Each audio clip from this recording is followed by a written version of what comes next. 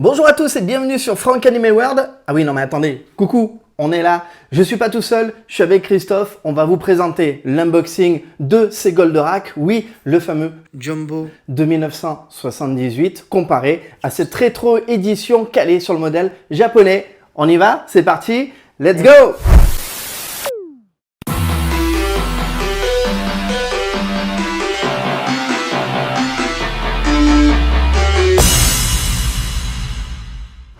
Pour cette émission spéciale Goldorak, vous l'avez compris, je suis cette fois-ci non pas avec Thierry, mais avec Christophe. Coucou! Coucou Franck, ravi d'être encore avec toi aujourd'hui. Encore une belle aventure parce que si je me souviens bien, je crois qu'on avait fait un unboxing ensemble, le tout premier, on était en 2023, on était sur l'édition, spéciale commémorative, du Jumbo, mais dans sa version 2023. Là aujourd'hui, on va faire, et en plus tu es venu avec les bras chargés parce que 1, 2 et 3 devant. C'est-à-dire que toi tu en as acheté 3 carrément. Voilà, carrément. Tu t'es fait plaisir.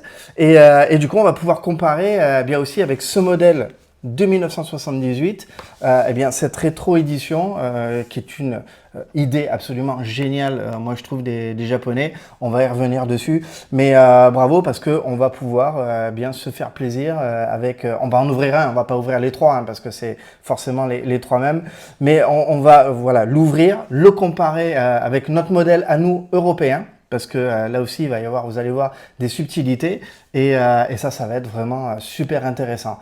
On y va les amis, sans plus attendre, et puis on va un petit peu parler de ce modèle de 78.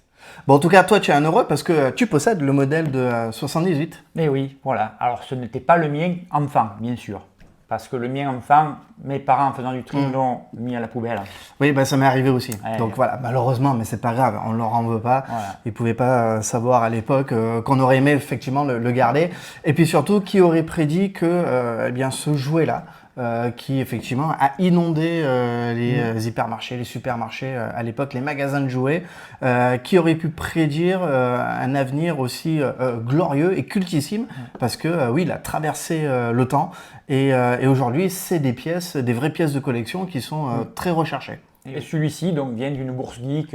Mon épouse me l'a trouvé l'année dernière pour mon Noël. Voilà. Ça fait toujours plaisir. Oui. Comme j'aime souvent le dire, ces rétro-éditions, moi je trouve à chaque fois que c'est une super nouvelle. Alors bien sûr, on n'aura jamais les matériaux précis, les plastiques d'un point de vue physique précis à l'identique, puisque les choses ont évolué bien sûr en 50 ans. Mais en tout cas, moi ce que j'adore, c'est de pouvoir offrir aujourd'hui ces modèles-là qu'on a eu à l'époque, bien sûr, de manière neuve, au goût du jour, etc., avec un réassort de matériaux qui est ce qui est aujourd'hui, mais surtout la possibilité pour des collectionneurs qui n'ont pas pu et ne peuvent pas acquérir celui-ci parce que, je l'ai dit, maintenant c'est un objet de collection et la cote a énormément monté. Eh bien, ça permet de se faire plaisir à un prix raisonnable, à un prix décent et de pouvoir, en plus de ça, avoir là carrément la version japonaise. On va l'ouvrir, on va vous montrer d'abord la boîte et ce qui est surtout intéressant, c'est de voir vraiment les différences avec notre modèle européen. Sachant qu'ici, on est sur le modèle, on a pris les renseignements auprès de Thierry, qu'on remercie et qu'on salue d'ailleurs, Thierry animetoys.fr. On est sur le modèle italien. Oui. Qui est la toute première édition. Il y en a eu 3, modèle italien, allemand et ensuite européen. Donc en tout cas, on est sur la first version et ça, c'est vraiment intéressant. Une magnifique boîte qu'on vous présente là, super qualitative, hein. En plus de ça, on est vraiment calé sur le modèle japonais, donc ça c'est vraiment cool parce que on a vraiment une boîte pétillante qui sort vraiment voilà, comme si elle arrivait du Japon. De toute façon, je pense que c'est une seule production pour le monde et c'est ça qui est intéressant. Une seule production pour le monde, ce qui fait que là aussi, toutes les options qui ont été éparpillées à gauche et à droite dans le monde sont présentes. C'est-à-dire qu'il y a des choses avec ce modèle-là que l'on va pouvoir avoir et que l'on n'a pas eu à l'époque. Et inversement pour les Japonais, parce que normalement, si je me plante pas, au niveau du lance-missile, ça c'est une particularité qui était vraiment européenne, oui. Alors que les Japonais, eux, avaient vraiment les 2 points de Goldorak. Donc on a vraiment une rétro-édition complète. Et vous le voyez avec une boîte absolument fabuleuse, avec bien sûr le Goldorak qui trône en plein milieu, puis quelques infos supplémentaires. Sur les côtés de la boîte, Vous allez avoir sur le premier côté bien là des informations et avec quelques photos déjà du produit et avec effectivement la fameuse option du point lance-missile. Et puis de l'autre côté, regardez, vraiment quasiment toutes les étapes possibles que l'on peut faire avec ce Goldorak, les astéroages, pas les astéroages, etc., etc. Donc c'est hyper détaillé sur le côté, c'est vraiment très très sympa. Et ensuite, en fait, le dos, eh ben, c'est celui que je préfère, le dos. à l'image de celui de 78, un dos cartonné, tout simple. À noter quand même, parce qu'à l'époque, on avait un surcarton qui était fin, c'était juste une feuille. Là, il y a quand même une surépaisseur et un double cartonnage qui a été fait. Donc, on a quand même une boîte assez solide, costaud. Et elle est vraiment magnifique. déjà... Pour l'avoir devant nous, elle est brillante, les couleurs sont magnifiques. Et elle est de qualité, elle est vraiment de qualité. Donc, à ce niveau-là, déjà, c'est une réussite complète. On va faire sauter les scotch et puis on va ouvrir et puis on va déjà regarder les premiers éléments. Allez Christophe, à toi de jouer, c'est ton cadeau, donc allez, oui, donc fais-toi plaisir. Ben oui, voilà, allez, je soulève le capot. Avec l'effet ventouse habituel de ce style d'emballage. C'est normal. Hop là. Voilà. Ah oui. Voilà, comme je vous disais, vraiment vous avez une belle épaisseur, en tout cas intérieur de boîte. On voit bien l'épaisseur du carton. C'est vraiment cool. Ouais. Il est très solide. Ouais, très très qualitatif. Allez, je pose ça sur le côté. Alors, ici, hop, allez, je vous le montre avant de toucher à l'intérieur. Voilà, c'est cool. Voilà. Bon, comme à l'époque, hein, c'est compartimenté en carton directement, avec une notice, déjà que je vois apparaître, voilà. Ou même plusieurs. Dessus, alors, hop, il y a encore des petits scotch là. Hop. Et ça, c'est des cartons vides qui servent de séparation. Ah non, hop, il y a quoi là-dedans? Oh, oh, oh. Il y a quelques... Oh, les astéroages. Oui, bien sûr. Elles étaient dans un petit carton ici. Allez, hop. Après, ici. Ah ben, le fameux lance-missile. Le lance-missile. Voilà. On le montrera plus en détail après. Encore un petit carton. Encore un autre. Qui protégeait le point. Un des deux points. Ici. Après le deuxième. Ok. Et en pièces détachées, il ne reste plus que le gros morceau. Allez, il y a d'abord un petit carton qui protège la tête ici. Alors, comment il vient celui-là? Hop là, voilà. Hop là. Hop. Et voilà le gros morceau. Dans son plastique. Allez, on enlève le carton. Et voilà. Donc voilà l'intégralité de ce qui se trouve à l'intérieur du carton et puis on va vous détailler tout ça. Voici donc plus en détail tout ce qui se trouve à l'intérieur et qu'on vous a sorti avec déjà cette superbe notice. Regardez, c'est coloré, puis alors ultra détaillé avec bien sûr toutes les spécificités de ce Goldorak, la tête amovible, les points qui s'éjectent, les lance-missiles, les astéroages qu'on peut mettre bien sûr directement sur les épaules ou dans les poings. Et puis bien sûr la fameuse spécificité européenne avec ce lance-missile. Donc vous voyez, c'est super complet. Et puis surtout, regardez cette page. Ah, cette page-là, avec ici le fameux trotteur qui peut-être, il n'y a encore rien d'officiel, mais qui a des possibilités de voir le jour en rétroédition. Et ça, vraiment, ça serait complètement énorme. Et ici, un récap, bien sûr, du lance-missile. Une petite fiche ici, voilà, récapitulative, surtout pour voilà, les points d'attention à faire et à ne pas faire. Donc ça, c'est important. Et puis, bien entendu, les fameux astéroages au nombre de 2, avec une grosse différence sur le modèle que l'on a. Et notamment, c'est flagrant, vous voyez, ne serait-ce qu'au niveau de l'épaisseur. Donc, on avait sur ces éditions européennes. Alors, ce ne sont pas celles d'origine, ça, c'est une reproduction en résine ou du moins en imprimante 3D parce que souvent, c'est des parties, voilà, c'est celles-là qui se perdent. Et heureusement, aujourd'hui, on arrive quand même à les refaire. Mais vous voyez, la nôtre ici, au niveau européen, on avait vraiment juste une arête comme ça, alors que là, Et c'est ce qu'ils avaient au Japon. On avait vraiment quelque chose de complètement plein au niveau du milieu. Donc voilà, des modèles d'Asteroach en tout cas qui étaient beaucoup plus jolis sur les modèles japonais. Les points bien entendu au nombre de 2 et avec surtout cette partie qu'on va pouvoir enclencher parce que, et oui, ils sont éjectables et ça c'est vraiment cool. Nous on n'avait pas ça en tout cas au niveau européen. Sur le modèle japonais, oui, ils sont éjectables et ça c'est vraiment une chouette option et avec bien sûr le trou pour pouvoir insérer directement l'Asteroach à l'intérieur. La fameuse option du lance-missile qui est carrément présentée dans une jolie boîte comme ça. C'est vraiment chouette et qui va être... Ah ils sont là, ils sont cachés à l'intérieur. Voilà, toute la batterie de missiles. Avec une différence de couleur d'ailleurs. Tu vois, il y en a des noirs et il y en a à tête blanche. Et ici, on va l'ouvrir directement. Voilà, par là. Le fameux point. Ah oui, ils l'ont gardé avec ZZ2 ici directement.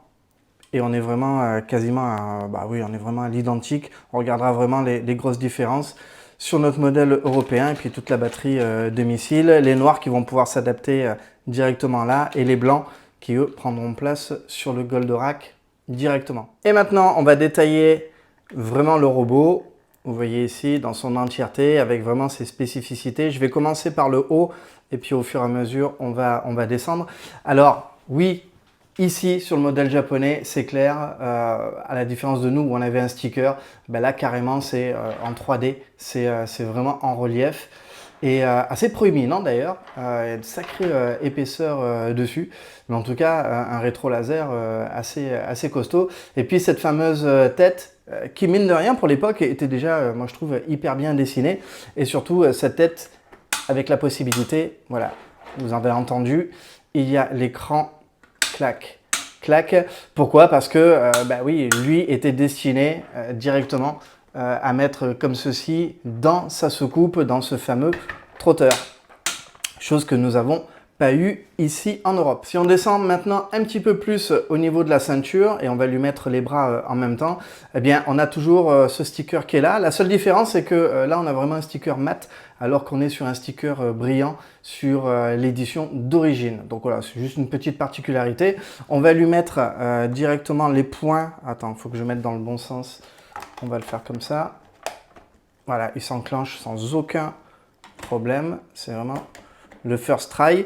Et puis on va caler gentiment. On va pas viser les yeux, hein, Christophe, mais on va caler et on va faire un essai avec le point. On va voir comment ça s'éjecte directement.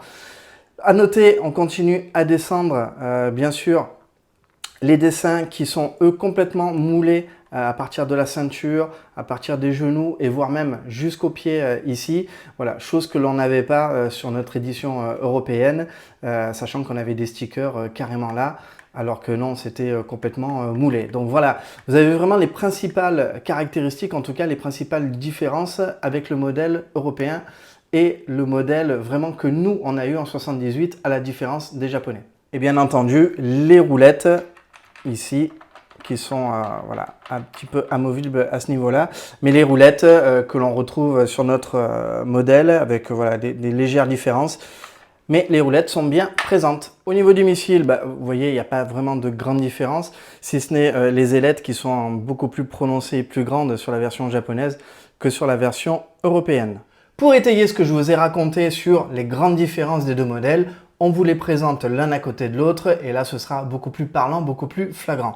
À noter au niveau des missiles, il y a quand même une totalité de 20 missiles, c'est-à-dire 14 pour les blancs et rouges et ensuite 6 supplémentaires uniquement pour le lance-missile. Donc ça fait déjà 20 missiles, c'est vraiment chouette, il n'y en a pas que 3 quoi, hein.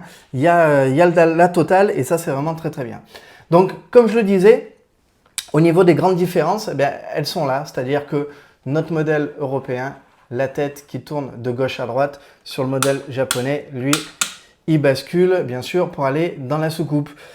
Christophe, tu l'as noté et c'est vraiment très bien. Les bras, voilà, le japonais, il a les bras plus courts. Et des points un peu plus petits, j'allais dire. Voilà, la dimension des points aussi n'est pas la même. Mais effectivement, alors dû sûrement au mécanisme, etc. Parce que je vois qu'ici, on arrive vraiment à égalité. Et après, la différence va se faire vraiment... Sur l'avant-bras, là. Exactement, au niveau du mécanisme. Sachant qu'on a là aussi un sticker sur l'avant-bras, alors que là, c'est directement, la couleur est moulée directement. Et pareil, je vais me mettre de côté là ici, j'en ai parlé. Ici, c'est plein, là, c'est du sticker. Ici, c'est plein, c'est du sticker. Et puis, bien sûr, il y a aussi là de mouler directement la partie rouge que l'on n'avait pas de ce côté-là. Ici, au niveau des genoux, c'est moulé rouge alors que nous, c'était du sticker. Et puis là aussi, on a l'arête du pied qui est moulée et nous, pas du tout. C'est directement un arrondi. Donc vraiment, sur le modèle, en tout cas européen, ils avaient énormément élagué les choses. Il n'y avait que du sticker. C'était vraiment de la production moins fine, moins affinée que le modèle japonais en tout cas. Et puis je l'ai dit, là aussi c'est flagrant. Le sticker, pour le coup, mat de ce côté-là et lui qui est complètement brillant. Pour en revenir au missile, là, ici ils en avaient 5 de chaque côté et nous on n'en avait que 3 de chaque côté. Et il fallait en enlever 3 d'ici pour les mettre dans le lance-missile. Exactement. Alors que là-bas, il y a des missiles en plus. Il y a des missiles en plus, c'est-à-dire qu'on peut loger voilà, les 3 qui sont là et on a encore un RAB de 3 supplémentaires. Donc ça, au niveau des missiles, pas de souci, ils ont envoyé la sauce et il y a ce qu'il faut, il n'y a pas de problème. Bon, du coup, moi je suis très curieux sur ce modèle éjectable des points. On fait le test? Oui. Tu es prêt? Ah, d'accord. On se tire un point sur la figure? On se tire. En tout cas, moi, je vais le faire parce que c'est moi qui ai les points éjectables de ce côté-là. Donc, je réceptionne. Tu vas réceptionner. Tu es prêt? Je suis prêt. On va voir si ça tire loin ou pas directement. Hein. Oh. Ah ben voilà, c'est des accidents, ça arrive. Effectivement. C'est du direct. Il part loin et il faut bien le rattraper, quoi. Voilà, mais il est intact. Mais ça fonctionne, hein. Il n'y a pas de souci. Ce qu'on va lui faire, hop, je vais pouvoir lui mettre, voilà, directement la partie lance-missile comme. Je vais m'enlever de devant. Là. Comme le nôtre. Ouais, alors je pense que ceux-là, peut-être qu'ils vont partir loin. Ah ouais, ça va. Tu rattrapes ou pas? Ouais, presque. Le deuxième. Oh, celui-là, il est parti plus loin. Voilà, celui-là, ça va. Les tensions des ressorts sont plutôt bons, quoi. Hop là. Ah oui, puis alors, sur le bouton. Suivant où vous appuyez, faites attention parce que ça part effectivement très très vite. Donc voilà, on a une bonne rigidité. Par contre, là ici au niveau des bras, il risque pas de baisser le bras sous le poids du poing. Là-dessus, il n'y a pas de problème. Donc en tout cas, tout est fonctionnel. Il n'y a pas de problème. On va lui remettre ici, allez, son point classique. C'est vraiment chouette. Tu veux que j'essaye les miennes, missiles là, de l'ancien là si tu veux. Hein. Regardez, je voulais que je lui tire dessus. Allez, on essaye de voir si les ressorts sont encore en bon état. Figurez-vous, je n'ai pas encore essayé. Il vise les yeux. Hein. Il fait comme Thierry, en fait, il vise les yeux aussi. Hein. Faut que je me méfie de qui j'invite à la maison. Prépare-toi là, fais Kamehameha là. Kamehameha, attends, pour le réceptionner. On va voir s'il tire aussi bien. Ah oui! Oh, mais ah oui, il y en a 2 qui sont partis là. Et le troisième, même des pas qui fonctionnent très bien. Oh, ouais, ça va, ça fonctionne encore bien. Quand je dis qu'ils visent les yeux, c'est pas pour rien. Oui, non, ils sont encore très bien tendus. Il n'y a pas de souci à ce niveau-là. Donc voilà, on a fait le test. Personne, en tout cas, n'est mort et tout le monde est resté indemne. Tout va bien. Mine de rien, faites attention quand même, surtout si vous le manipulez avec vos enfants, si vous les présentez à vos enfants. Tiens, regarde, papa ou maman, ce qu'ils avaient à l'époque. C'est en tout cas des produits vraiment, vraiment formidables. On va passer maintenant aux Astero H. Alors, avec toujours ce système, bien sûr, vous pouvez faire comme ça pour les imbriquer. Et chose qu'on va faire directement dans le point, on l'a fait sur le premier. On va, je pense, aisément le faire sur le deuxième. Il faut juste se synchroniser. Voilà, on y est assez rapidement. Hop. Et on va lui soulever la main comme ça. Et puis voilà, vous pouvez le présenter avec l'Astero H.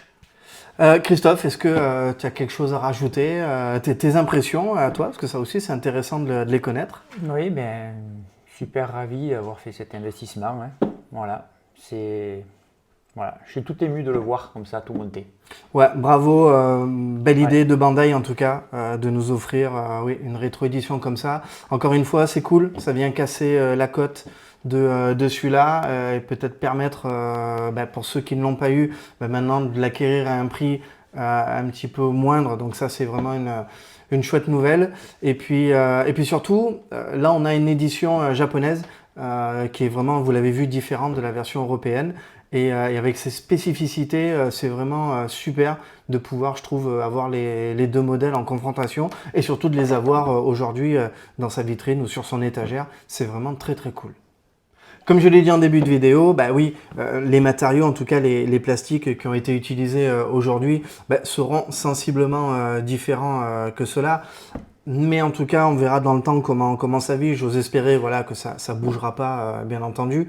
Mais en tout cas, regardez, que ce soit au niveau des couleurs, allez, peut-être avec une couleur un peu plus foncée au niveau des jambes ici. Mais on retrouve voilà, le bleu caractéristique qui a été complètement refait. Les moulures sont très propres. En tout cas, c'est-à-dire qu'effectivement, on a des arêtes ici qui sont plus prononcées et là, elles sont beaucoup plus discrètes. Donc vraiment, moi, je trouve en termes de moulure, de peinture, les matériaux, on est vraiment sur une belle édition. Après, peut-être que dans 50 ans, on ne sera plus là pour le voir. Le plastique aura peut-être moins bien vieilli que celui-ci. Mon Dieu. Mon Dieu. J'aurai quel âge, moi, dans 50 ans voilà. Ouais, j'ai quand même gardé mes lunettes d'Eclipse pour 2080. Non, 68, 2068. 2068 Oui, 2068. D'accord. Ça me fera 100 ans si j'y arrive.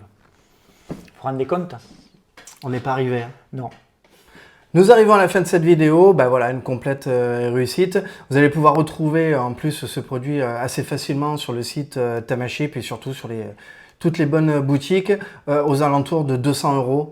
C'est ce que je disais au début de la vidéo. Voilà, 200 €, punaise, pour se faire plaisir. Sur un produit comme ça, c'est vraiment chouette, sachant que celui-là aujourd'hui a une cote suivant son état, suivant la boîte, s'il y a la notice, etc. Ça peut aller de, s'il est en loose ou pas, de 600 jusqu'à des modèles très complets au-delà de 2000 €. Bon, ça commence à faire un sacré budget. Il faut pouvoir avoir l'assise financière. Il faut être super fan voilà, pour pouvoir se payer un modèle comme ça. Aujourd'hui, la rétro-édition vient complètement surplanter cet effet de cote. Et peut-être aussi se faire plaisir avec un modèle qui ressemble à la version japonaise. Voilà, 200 €, c'est vraiment super cool comme produit. Tout à fait. Bon, après, celui-là, je n'y ai pas mis autant en occasion. Hein, voilà. Parce qu'il y avait les astéroïdes de reproduites et il n'est pas en super état non plus. Merci à toi parce que ça nous permet de faire une vidéo et surtout de faire un vrai comparatif et de vous montrer vraiment les réelles différences et ça c'est vraiment chouette. Mais merci aussi à toi de m'accueillir une nouvelle fois pour faire ce unboxing. Tu fais comme Thierry, tu prends un abonnement, hein, tu es comme à la maison. Tout moins que Thierry quand même. Un peu moins. Thierry, c'est vrai que dernièrement, il a beaucoup de choses à montrer encore. Ouais.